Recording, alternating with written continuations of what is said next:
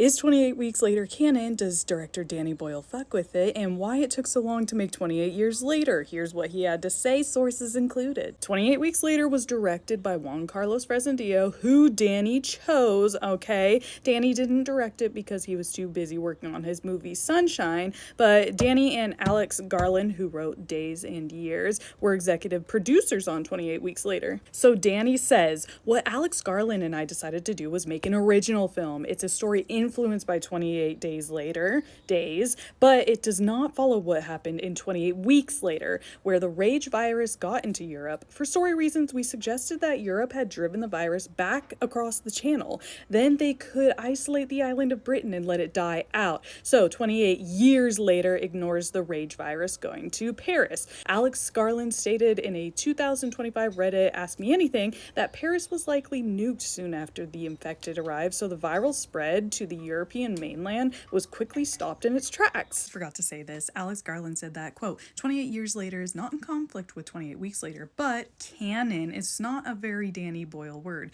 Danny Boyle says it's not mapped out like a scientific formula, so it is canon, but you get the point. So does Danny fuck with 28 Weeks Later? He said, quote, there's nothing wrong with 28 Weeks Later. We just decided not to follow those story elements, and it's a bold choice we decided to declare up front in 28 Years Later. They didn't want to explore the plot point in 28 Weeks Later, so instead they just focused on the world that they introduced in 28 Days Later. After the release of 28 Weeks Later, Danny said that a third movie had been mapped out with the working title 28 Months Later, okay? But Alex Garland said that when we made 28 Days Later, the rights were frozen between a group of people who no longer talk to one another, so the film will never happen unless those people start talking to each other. In 2024, the producer Andrew McDonald, who is producer of all of the films, bought the rights to the first film back from Searchlight Pictures and then sold them to Sony Pictures under the condition that they agree to fund the sequels. Lastly, 28 Years Later, The Bone Temple is releasing next year. It's already been filmed.